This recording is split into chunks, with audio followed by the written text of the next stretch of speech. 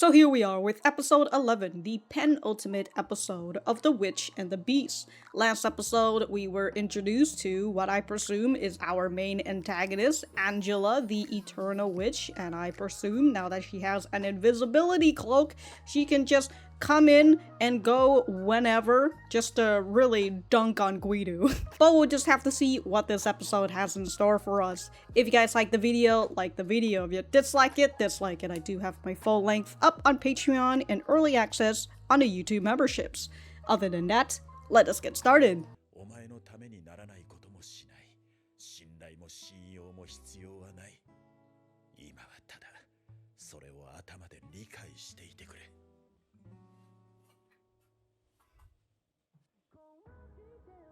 Alright, recap's done. I'm thinking about what I was talking about last episode, about how Ashsaf cares about Guido more than his own life. Man just loves Guido.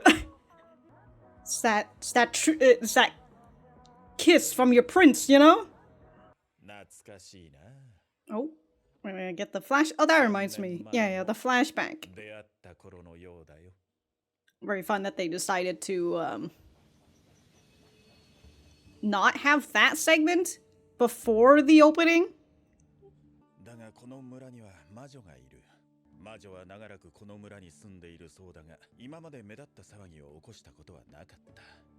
Until now.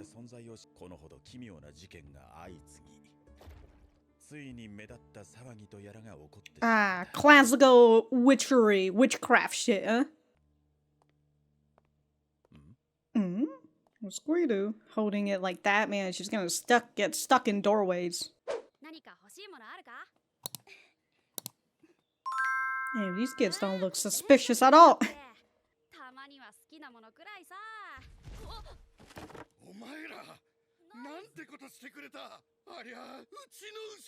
And you're blaming them?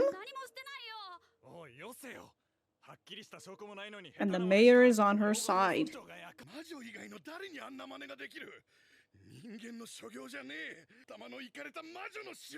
And you're trying to pick a fight with the crazy witch who can do that?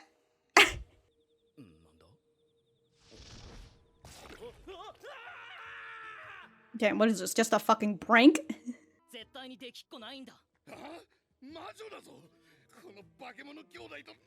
Again, if this witch can tear a fucking cow apart, like, you really think that we're gonna... Why are you picking a fight with them? Ah.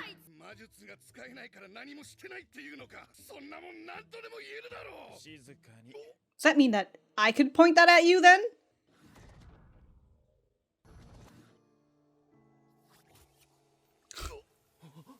That's nice. Very nice. Are you single?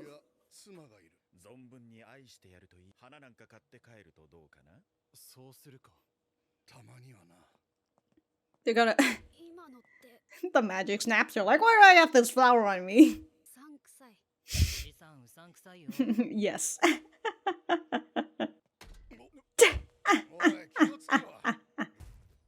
Oh. Just got fucking smacked. Guess they're not going home to buy flowers for their wife.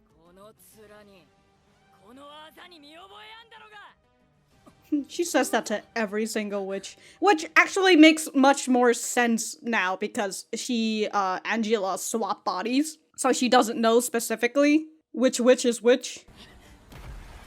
Who is that? I thought Ashsaf created that, but oh my god. Ah, she'll be fine. So that's yeah, that's her. Is it taking sacrifices for cows? The witch! Uh-oh. Did you see that witch? She protected herself! Ooh, ayayada! Somebody's just drinking tea out here. Oh, was that the mayor that we saw then? Huh, free labor, dude. Oh shit. Y'all put MSG in this tea? That's how they did get Guido. Damn, look at her sitting. Legs spread and everything. Yeah, she's running on pure hate out here. hate and spite. That faraway shot of Ashsaf. And if she can, it's just gonna be casting spells.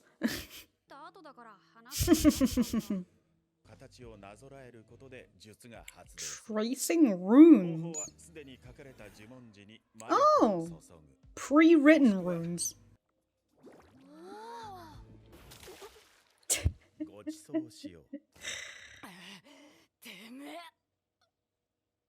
What?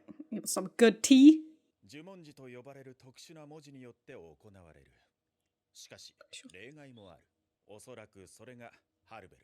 That she doesn't require runes? Mystic Witch Luna Farmington. Ah! That's why she doesn't say anything. Oh, and that too, okay.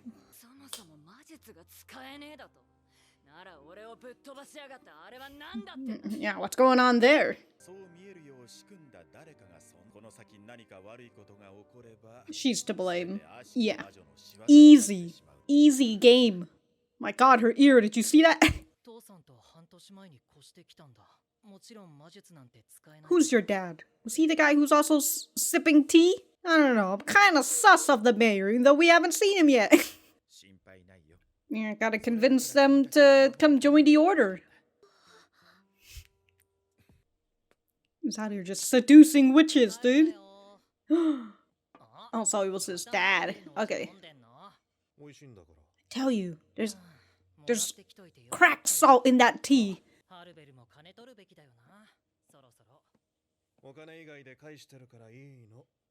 We pay her, just not with money. Pay her what? Well, the order will probably be better. Mm-hmm.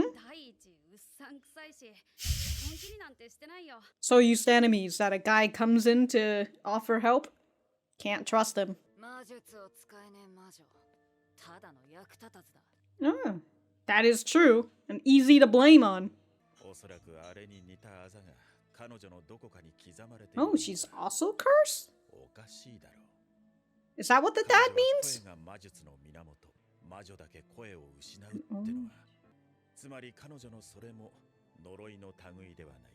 Okay. We're back to the 2 ways to do it. Uh-oh. Oh, wiped out the protector. Alright, and here comes the mob.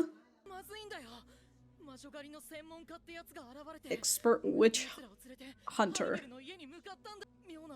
Oh, an executioner, huh? Well, isn't that fun? Oh my god, he just gunned down that child. Hell yeah. So it's that mom and the dad. Sorry, the dad and the son? Oh, we've got a child executioner out here.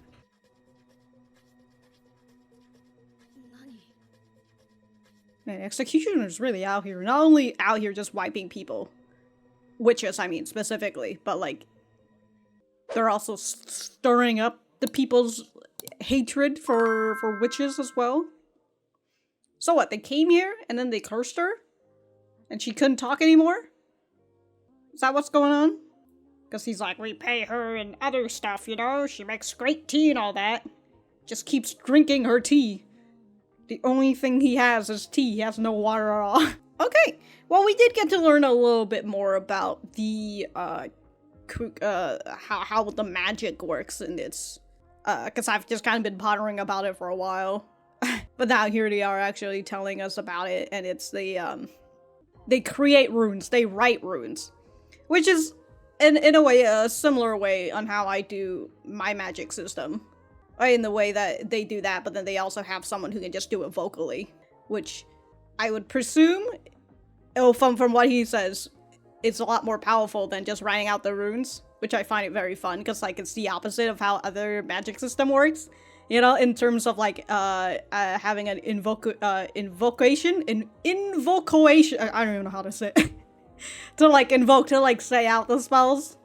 Like having somebody who's like unable to do non-verbal spells, that's typically would be like the better way, but here it's the opposite, so very fun. Alright, so that was episode 11 of The Witch and the Beast. Let me know what you guys think about it in the comments down below. You know that I always like talking to you guys. For me, I thought that this was a pretty nice episode. It's a little bit on the slower end, especially after hitting like the 4-parters that we've had and then introducing the main antagonist. Right now we are going back into a flashback 2-parters where we're going to see we're seeing Guido and Ashsaf meeting each other, and eventually, I would presume, working with each other in order to get rid of the executioners. Also lets us know why, even though I would assume Ashsaf already knows that there are such things as executioners, but it showcased that they've